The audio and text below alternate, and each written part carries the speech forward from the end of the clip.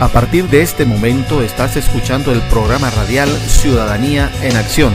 Es un esfuerzo de las plataformas ciudadanas y es conducido por el ingeniero Rolando Descarpontrías.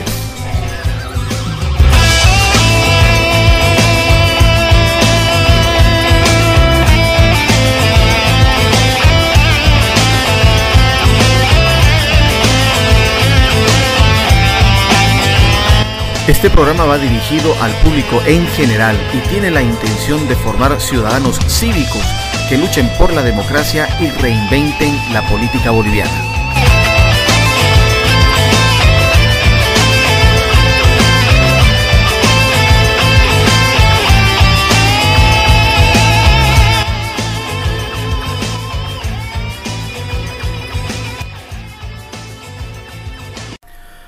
Muy buen día, damos inicio a una nueva edición de su programa radial Ciudadanía en Acción, el programa de las plataformas para las provincias cruceñas. Primero que nada queremos agradecer el apoyo voluntario de las radios en provincia y en Ciudad Capital, en Comarapa Radio Amistad 89.9, en Camiri Radio del Chaco 96.7, en Boyuibe Radio del Chaco 99.1, en Santa Cruz Radio Amboró 89.5, en Buenavista, Radio Potencia Dinámica 99.1. En Portachuelo, Radio Güendá 101.3. En San Matías, Radio Ecología 96.7. En Guarnes, Radio Estilo 99.3. En Samaipata, Radio Provincia 103.7. En San Ignacio, Radio Modelo 91.5. En Concepción, Radio Chiquitanía 95.5. En Roboré, Radio Marilyn 99.3. En Yapacaní, Radio Amboró 98.5 y Radio Omega 96.7. Bien, estamos grabando este programa el día 7 de octubre, lunes 7 de octubre a las 9:36 de la noche. Y el tema candente hoy día lunes es el Cabildo Cruceño, donde la participación fue masiva. Hemos estado presentes, gracias a Dios, en Tarima, con invitación del Comité Pro Santa Cruz. Según medios de comunicación, alrededor de 1.3 millones de personas. Según el Comité Cívico y otras instituciones, eso llegaría al 1.500.000, 1.600.000 personas. De cualquier manera, ha sido masiva, hubo mucha alegría, mucha euforia y sobre todo, que hay que reconocerlo, hubo mucho orden, mucho respeto y algo de admirar. La participación en realidad de casi todos los departamentos de Bolivia. Hubo gente de Oruro, Potosí, Cochabamba, La Paz, del Beni, hubieron tarijeños, chuquisaqueños. No me consta si hubo gente de Pando, eso sí no me consta, pero puede que haya habido entre tanta gente más de 1 millón de personas. Pero vamos a analizar ya sin apasionamientos lo que fueron las 6 preguntas que se hicieron en el Cabildo, las determinaciones que se tomaron y cómo se debería operativizar, qué es lo que se nos viene en realidad. Hay gente que ha reclamado o no logra interpretar o entender lo que se ha dicho. Vamos por lo primero. El tema más fácil de abordar puede ser el tema de tierras. Hubieron 2 preguntas relacionadas con el tema tierras. La primera pregunta era una exigencia en realidad, que se abrogue la ley y el decreto que facilitan las quemas y los chaqueos controlados, que acabaron descontrolados y quemando hoy a mediodía, un informe de la Gobernación cruceña, 4 millones de hectáreas. Eso equivale a 40.000 kilómetros cuadrados. Para que usted me entienda, el departamento de Tarija no llega a los 37.000 kilómetros cuadrados. Es decir, en Santa Cruz se quemó un espacio geográfico más grande que todo, la totalidad del departamento de Tarija. Ha sido una hecatombe, es un número nunca antes visto.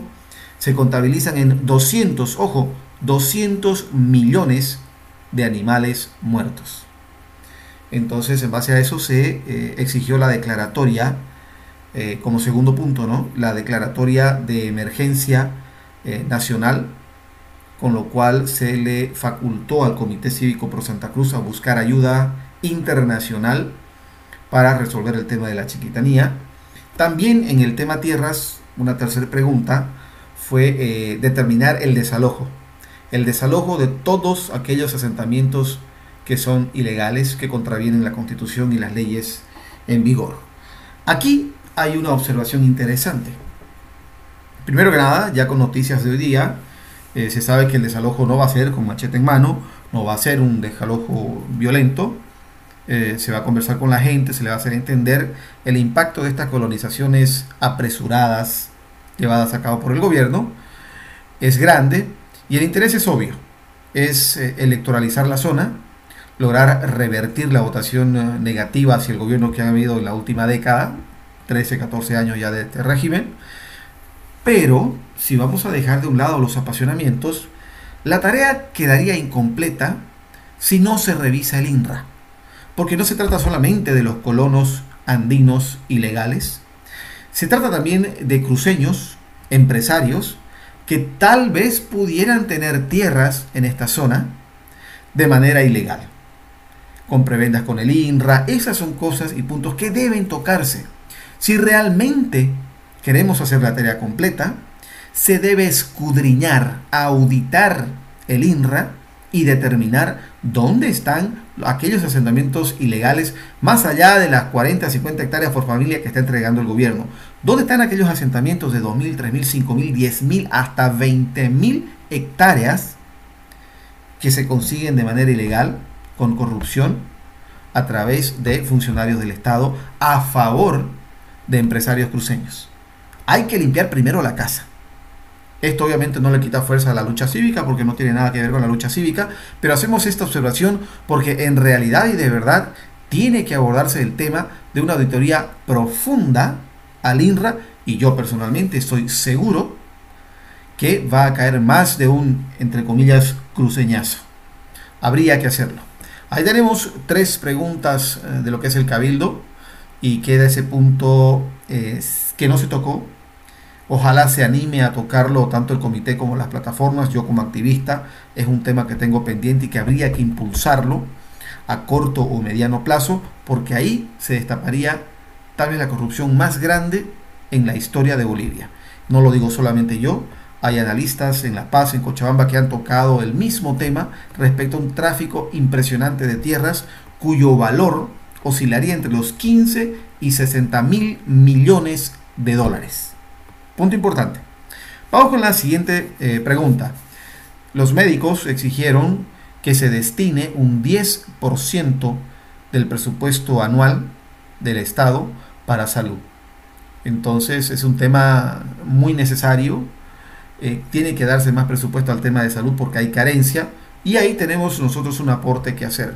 Sería interesantísimo que en el tema de salud, dentro de ese incremento del presupuesto, también se defina un programa intensivo y extensivo de medicina familiar, de medicina preventiva sobre todo, porque lo que es medicina preventiva, especialmente medicina preventiva, ojo que es mejor prevenir que lamentar, en medicina preventiva los costos en sí son mucho más bajos que una intervención. Por eso es que es más barato prevenir que lamentar. Si nosotros a través de la educación ciudadana, la educación en la alimentación, en el deporte, en lo que es la salud preventiva, logramos arrancar, y lo digo porque lo he visto en otros países, no solamente tenemos una población más sana, más despierta, sino que de hecho sería más barato, se ahorraría dinero en intervenciones en enfermedades importantes y masivas, como es la diabetes, la hipertensión, que dan pie a muchas otras enfermedades. Y estas dos enfermedades están profundamente ligadas al tema de la alimentación, de los hábitos alimenticios y de deporte. Entonces ahí va la cuarta pregunta. El tema del federalismo, que fue la quinta pregunta, un tema también muy importante, muy interesante. El federalismo es un tema que en realidad se viene tocando hace más de 100 años, aproximadamente 100 años, con el tema de Andrés Ibáñez. Es un método de gobierno que lo queremos tocar en estos días. Esperamos poder contar con la presencia ya de un invitado, un especialista o una invitada que nos puedan ilustrar en el tema del federalismo. El federalismo, en un lenguaje un poco más coloquial, básicamente lo que hace es distribuir la administración y los recursos necesarios para operativizar la administración más cerca del ciudadano. Con esto, las alcaldías y las gobernaciones tienen acceso directo a un presupuesto anual fijo y ellos verán los proyectos en los que deben aplicarlos. El gobierno central se disminuye en tamaño y en influencia, pero adopta un comportamiento más fiscalizador, una función de fiscalización. Es decir, los presupuestos están asignados a las alcaldías, a las gobernaciones, ellos tienen sus propios proyectos, ejecutan sus propios proyectos, no tendrían que pedirle permiso al gobierno central para determinar qué proyectos deben ser ejecutados, cuándo y hasta qué monto. Lo que sí podría hacer el gobierno central es fiscalizar que no haya corrupción en esos programas. Hasta ahí. Sería un paso importantísimo. ¿Por qué? Porque este gobierno, el gobierno del movimiento al socialismo, consideramos que ha mostrado la peor faceta que puede tener el político, la peor faceta que puede tener el ser humano, porque no solamente los políticos, sino los afines al MAS, lamentablemente de manera masiva, han demostrado un comportamiento que deja mucho que desear en el tema ético, el tema familiar, el tema moral, en fin, es un desastre. Entonces, mediante el federalismo, se le quita el acceso al poder y el acceso al dinero, o en todo caso se disminuye en gran manera el acceso al poder, a las decisiones y al dinero al gobierno central. Se le quita. Esto se traslada más cerca al ciudadano a través de las gobernaciones y de las alcaldías. Mediante eso también se consigue un bono, es decir, el ciudadano también tiene una cercanía, una proximidad mayor a quien distribuye y administra estos dineros. Por lo tanto, el ciudadano puede fiscalizar de manera más eficiente lo que se hace con sus dineros. Esto sin contar el acceso a las redes sociales, que gracias a las redes sociales, la participación y fiscalización que puede hacer el ciudadano hacia las autoridades es algo mucho más fácil de ejecutar. Vuelvo y repito, el federalismo será un tema que tendremos que tocarlo en su momento y en más detalle con un especialista, pero esto que sirva como un pantallazo para que entendamos el porqué de la necesidad que hubo en el Cabildo de llamar al federalismo.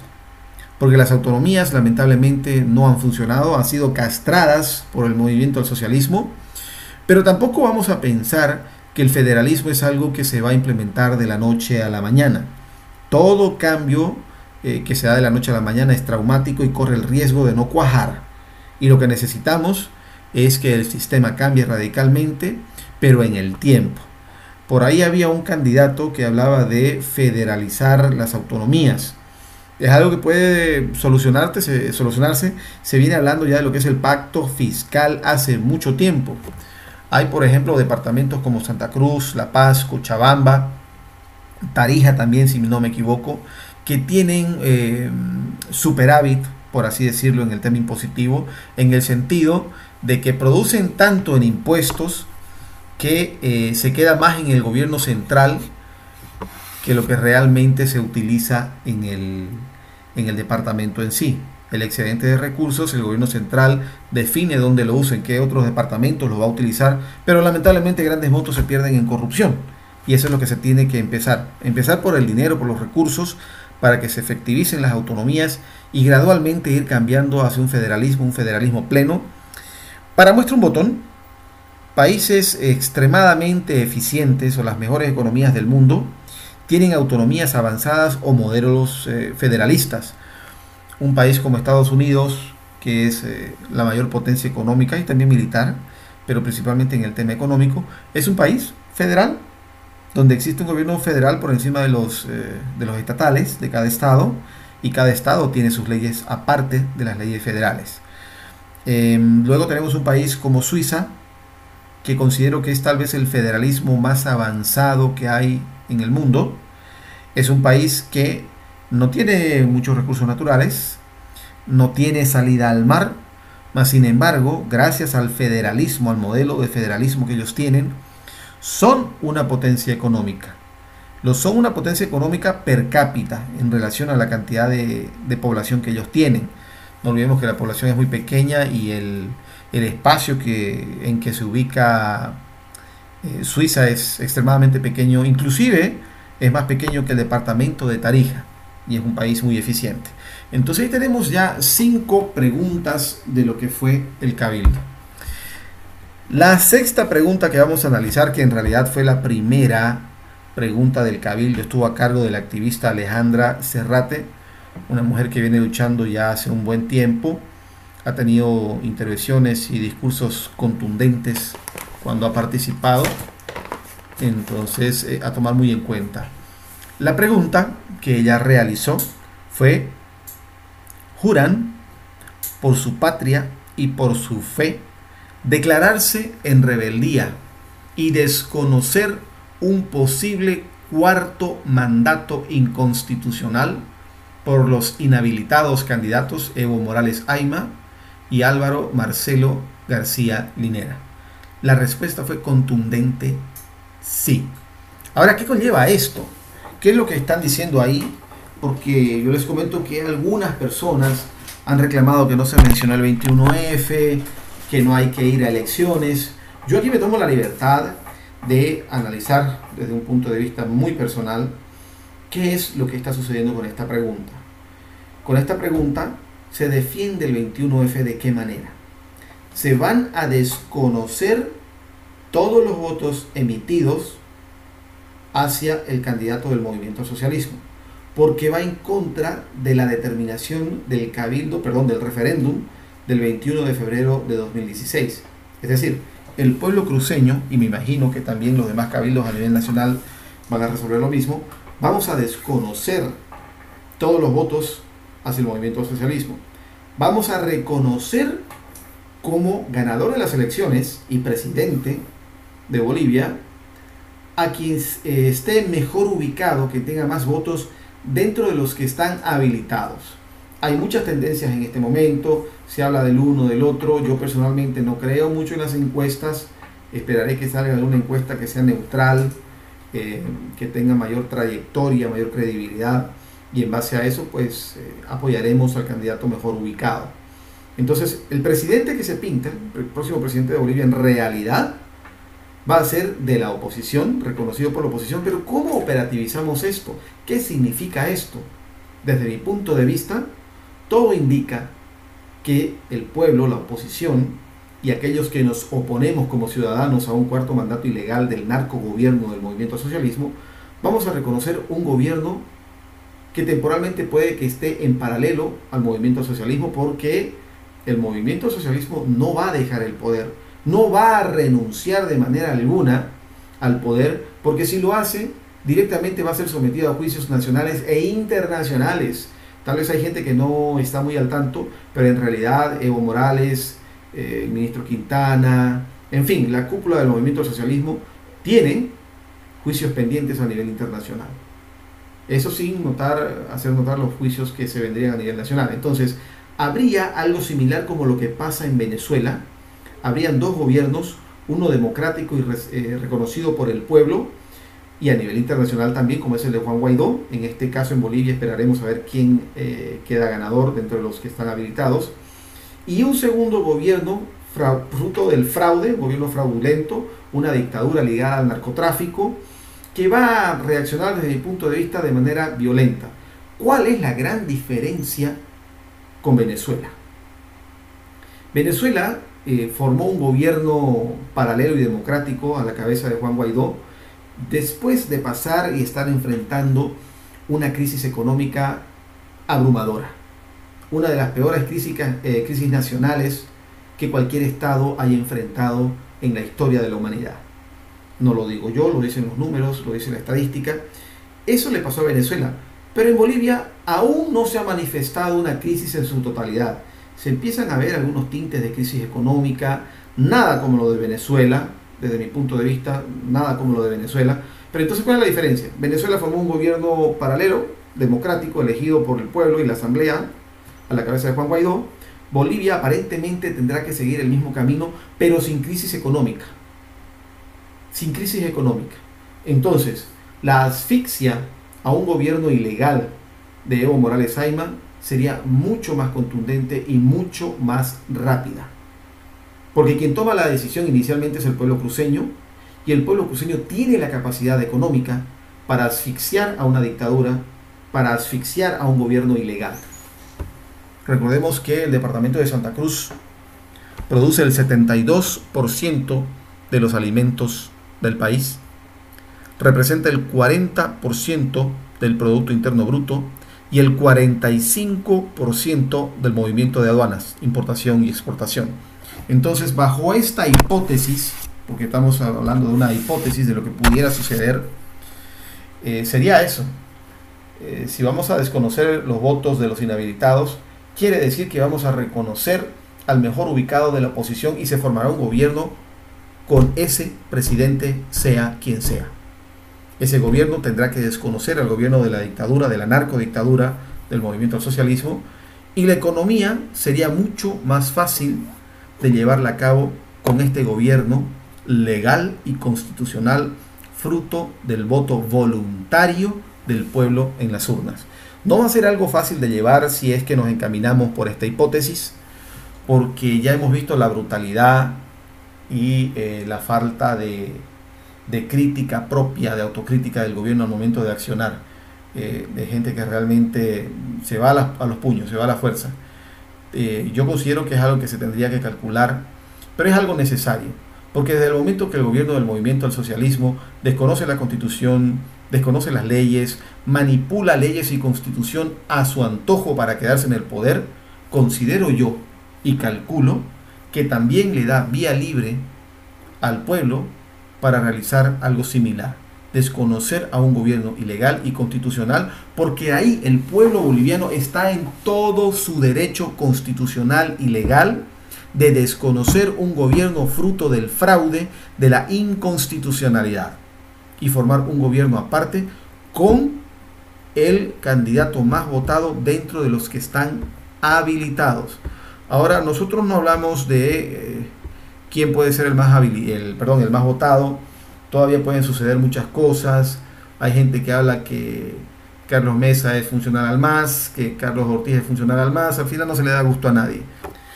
Considero que, dada la coyuntura, dadas las circunstancias, es importante entender que la labor que va a tener el próximo gobierno es una labor inmensa.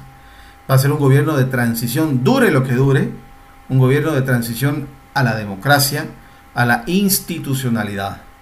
Habrá que tener algo de paciencia, pero también exigencia para que las cosas se vayan dando. Hay que estar preparados, en pocas palabras, para muchos cambios, para mucha presión, mucho trabajo por hacer para recuperar la democracia. Se vienen también los cabildos en otros departamentos que es muy probable, si no necesario, que adopten medidas similares para enfrentar. Finalmente, decir que el pueblo cruceño se acaba de echar en los hombros una tarea inmensa para recuperar y proteger la democracia. La embestida del gobierno puede ser fuerte, pero somos más de 1 millón de personas que estuvimos en el cabildo y casi la totalidad del pueblo boliviano está en contra de este gobierno, de la continuidad anticonstitucional de este gobierno. Nos queda a nosotros como ciudadanos estar firmes, apoyar estas medidas, no perder el objetivo de vista y continuar.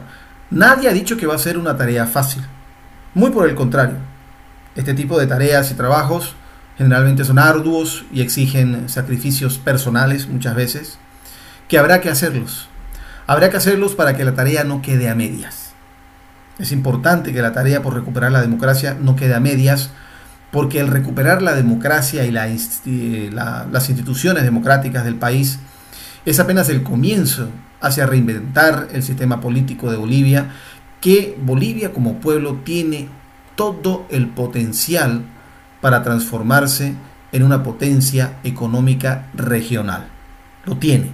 Lamentablemente, hasta ahora, históricamente, no hemos tenido el liderazgo adecuado y necesario para llevar a cabo esta transformación, para llevar a cabo esta tarea que nos lleve a los bolivianos en esta épica tarea donde los cruceños somos punta de lanza como activistas en la parte económica, en la política también, y es una tarea que tenemos que entenderla y llevarla a cabo con mucha humildad, con mucha entrega, que se acabe el tema del regionalismo, que demostremos los cruceños que el regionalismo nuestro es algo sano, no es algo nocivo.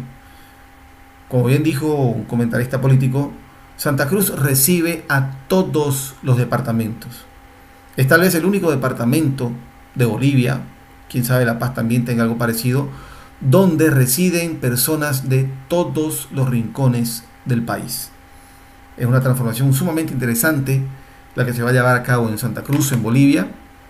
Y, vuelvo y repito, como ciudadanos tenemos que ser partícipes de este cambio. Habrá que volver a las calles, habrá que presionar al gobierno central, habrá que también apoyar a aquellas instituciones que de frente están luchando por la democracia. Hasta aquí entonces Ciudadanía en Acción. Esperamos que haya sido del agrado este programa. Vamos a seguir informándolos semanalmente de las noticias coyunturales y también abordando temas de educación ciudadana, para que se forme un criterio en la ciudadanía que nos permita, como pueblo, como gente común y corriente de la calle, tener esa capacidad de exigir y presionar a los políticos por resultados idóneos, resultados necesarios para la sociedad boliviana. Hasta la próxima.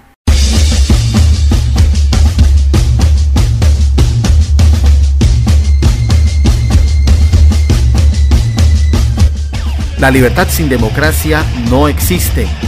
Y la democracia sin un pueblo educado es imposible. Haz respetar tu voto.